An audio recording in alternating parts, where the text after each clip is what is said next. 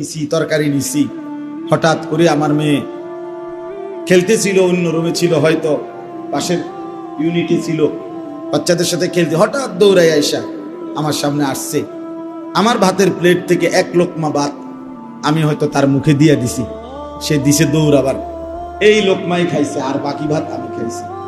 তা আমার এটা তখন বুঝে আসে, আমার মালিক যেন বলছে, আনিস তুমি তো ভাবছিলা প্লেটের সবগুলো ভাত তোমার রিজিক না, আমার সিদ্ধান্ত মাঝখানের এই একটা লোকমা তোমার ছোট্ট মেয়েটার রিজিক, ওর রিজিক ওরে আমি ঠিকই বুঝাই দিছি, তোমারটাও তোমারে বুঝাই দিছি। তুমি জানতে না, আমি তো জানি। ইয়ালামু মুস্তাকাররাহা ওয়া মুস্তাওদাহা, আমি জানি। এজন্য বাপ শুধু কেবল রিজিকের ফিকির, খাদ্য পানীয়র ফিকির এটাই যথেষ্ট না, মূল কাজ না। মূল কাজ কি? ওয়া'মুর আহলাকা বিসসালাহ ওয়াসতাবির আলাইহা।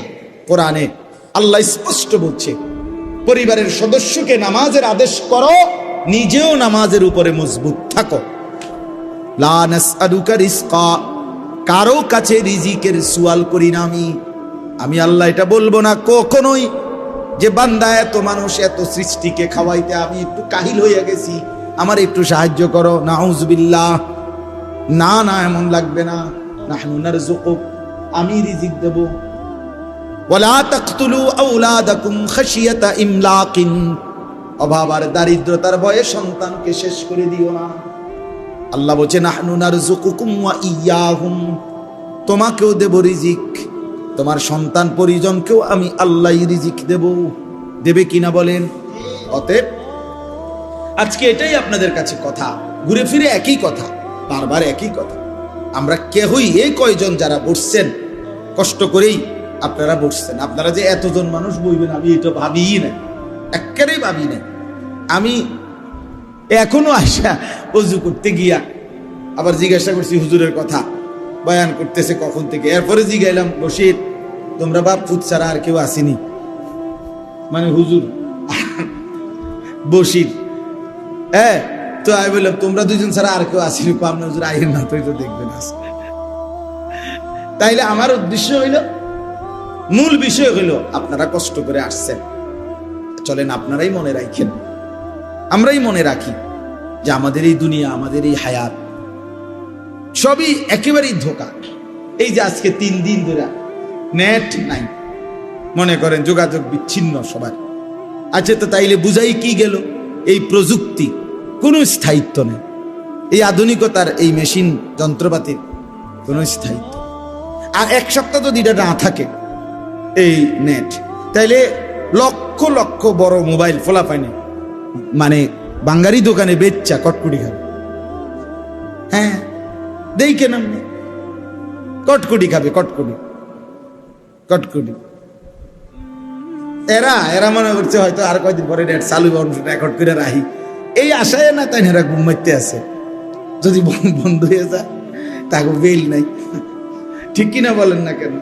তার মানে মূল বিষয় হইল শুধুই কেবল মেশিন আর যন্ত্রপাতি, আধুনিকতার এই চাকচিক্য দেখে, প্রযুক্তির এই উৎকর্ষ দেখে ভাইবেন না পৃথিবী অনেক আধুনিক হয়ে গেছে।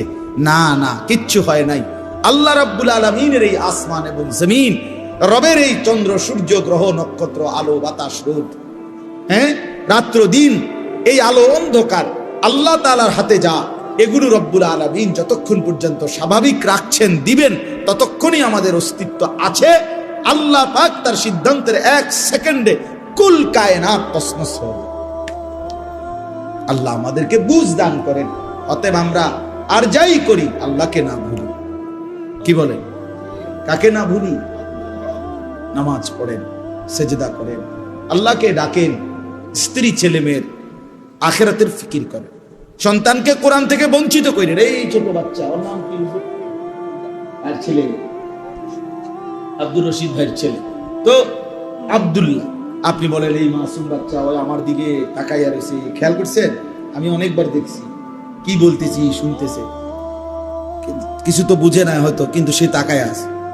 আমার ছোট ছেলে বাসায় প্রায় সময় এই বাসার মোড়া, ছোট ছোট মোড়া আছে বাসা, এডিরে 1টা 2টা 3টা 4টা করে উষা করে, নামাজের মুসল্লাইটের উপরে বিছায় আবার এই আরেকটা মুসল্লারে বইটা বাস করে লম্বা করে মাইক বানায় ওয়াজ, ভয়ানক ওয়াজ। আমার বিবি আর আমার বড় মেয়ে বলল,